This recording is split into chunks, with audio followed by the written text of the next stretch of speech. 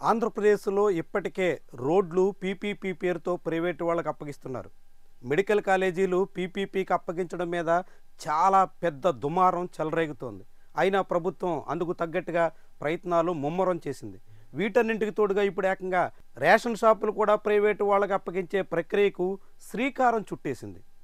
Public ఏమనుకుంటారో, అన్నింటినీ private పరం చేస్తే ఏమవుతుందో, దాని ప్రభావం ఎంత ఉంటుందో అన్నది కూడా ప్రభుత్వం పరిగణలోకి తీసుకుంటున్న దాఖలాలు లేవు. ఏకంగా రేషన్ షాపుల ప్రైవేటీకరణ వ్యవహారానికి సంబంధించి పౌర సరఫరాల శాఖ ఆధ్వర్యంలో ఈఓఐ ప్రకటించేశారు. ఏదైనా ఒక వ్యవహారాన్ని ప్రభుత్వం ప్రైవేటు వ్యక్తుల చేతుల్లో పెట్టేదానికి ఈఓఐ తీసుకుంటుంది. ఎక్స్ప్రెషన్ ఆఫ్ ఇంట్రెస్ట్ అనేటువంటి పేరుతో వాళ్ళ ఆసక్తిని పరిగణలో తీసుకునే దిశలో ఈ కార్యక్రమానికి శ్రీకారం చుడతారు. ఇప్పుడు దానికి ఆంధ్రప్రదేశ్ రాష్ట్ర ప్రభుత్వ రేషన్ షాపులను ఇలాంటి విధానంలో అప్పగించే ప్రక్రియకు పూనుకున్నారు. ఈ ప్రక్రియకు నవంబర్ 3న ప్రాజెక్ట్ లాంచింగ్ డేట్గా కూడా ప్రకటించేశారు. అంటే నవంబర్ నుంచి ఆంధ్రప్రదేశ్లో రేషన్ దుకాణాలను వివిధ ప్రైవేటు సంస్థలకు కట్టబెట్టే విధానానికి పూనుకుంటున్నట్టుగా భావించాల్సి ఉంటుంది. మరి దీని ప్రభావం ఎంత ఉంటుంది? ఇప్పటికే అనేక రకాలుగా పీపీపీ పేరుతో ప్రైవేటు వాళ్ళకు అప్పగిస్తున్నటువంటి చంద్రబాబు ప్రభుత్వం ఇప్పుడు ఏకంగా ఫెయిర్ ప్రైసెస్ షాపులను కూడా అప్పగించే ప్రయత్నానికి సిద్ధం కావడం అన్నది చాలా ఆసక్తికరమైనటువంటి అంశంగా మారుతోంది. ఇది రాష్ట్ర వ్యాప్తంగా అనేక ప్రాంతాల్లో ప్రజలకు నేరుగా సంబంధం ఉన్నటువంటి అంశం. మెడికల్ కాలేజీలు అంటే కొద్దిమంది వైద్య విద్యను అభ్యసించేటువంటి వాళ్ళకే పరిమితం అనే అభిప్రాయం ఉంది.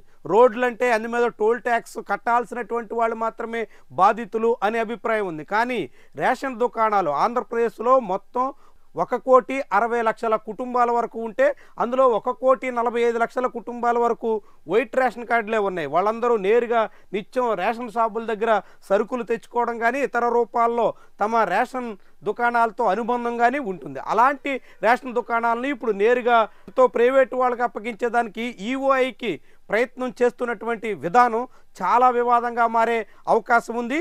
ఇది చాలా చాలా పెద్ద స్థాయిలో ప్రభావితం చేసే ప్రమాదం కూడా ఉండబోతుంది. జగన్మోహన్ రెడ్డి హయాంలో నేరుగా రేషన్ని ఇంటింటికి అందించే ప్రయత్నానికి పూనుకున్నారు. అప్పట్లో రేషన్ డెలివరీ వాహనాల ద్వారా ఈ ప్రయత్నం జరిగింది. చంద్రబాబు ప్రభుత్వం వచ్చిన తర్వాత ఆ రేషన్ డెలివరీ వాహనాలని రద్దు చేసి రేషన్ షాపుల ద్వారానే సరుకులు పంపిణీ చేసే ప్రక్రియకు శ్రీకారం చుట్టారు. ఇట్లా రేషన్ షాపులు తిరిగి పునఃప్రవేశపెట్టడం వెనక చంద్రబాబు స్కెచ్ ఉందా అనే అనుమానం ఇప్పుడు కలుగుతోంది. నేరుగా రేషన్ దుకాణాలకు సరుకులు అందించే వాహనాలను రద్దు చేసే ప్రక్రియ ద్వారా దాదాపు 18,000 మంది ఉపాధికి దెబ్బ కొట్టారు అనే మాట ఉండగానే రెండో వైపు ఇప్పుడు మొత్తం రేషన్ షాపులే ప్రైవేటు పరం చేసేయడం ద్వారా చేతులు దులుపుకునే ఆలోచన ఆనాడే చంద్రబాబు శ్రీకారం చుట్టి అందులో భాగంగా అంచెలంచెలుగా ఇలాంటి ప్రక్రియ చేస్తున్నారా అనే సందేహం చాలామందిలో కలుగుతుంది. ఇప్పుడు ఈఓఐ ద్వారా ఆసక్తి ఉన్నటువంటి సంస్థలన్నీ రాష్ట్ర ప్రభుత్వానికి తమ అభిప్రాయాన్ని వ్యక్తం చేస్తాయి. అందులో ఎంపిక చేసినటువంటి సంస్థలకు తర్వాత టెండర్ల ద్వారా కానీ నేరుగా ఆర్ఎఫ్పి ద్వారా కానీ ఆ రేషన్ దుకాణాలు అప్పగిచ్చే ప్రక్రియ జరుగుతుంది.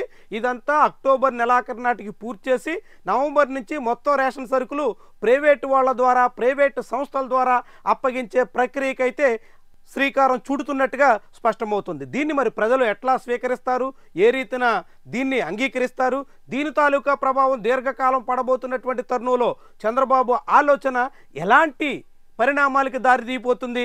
రేషన్ నేరుగా పంపిణీ చేసే విధానాన్ని ఎత్తేసి దాని స్థానంలో నగదు బదిలీకి శ్రీకారం చుట్టాలన్న ఆలోచన చాలా కాలంగా ఉంది.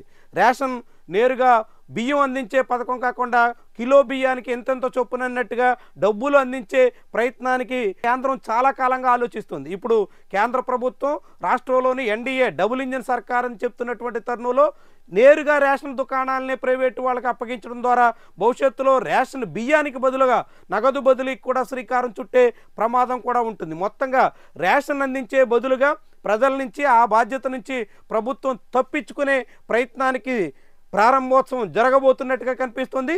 మరి దీన్ని పబ్లిక్ ఎట్లా స్వీకరిస్తారు, దీని మీద చంద్రబాబు సర్కారు ఏ రీతిన ముందుకెళ్తుంది, దాని ప్రభావం ఎంత ఉంటుందన్నది చాలా చాలా కీలకంగా మారుతోంది.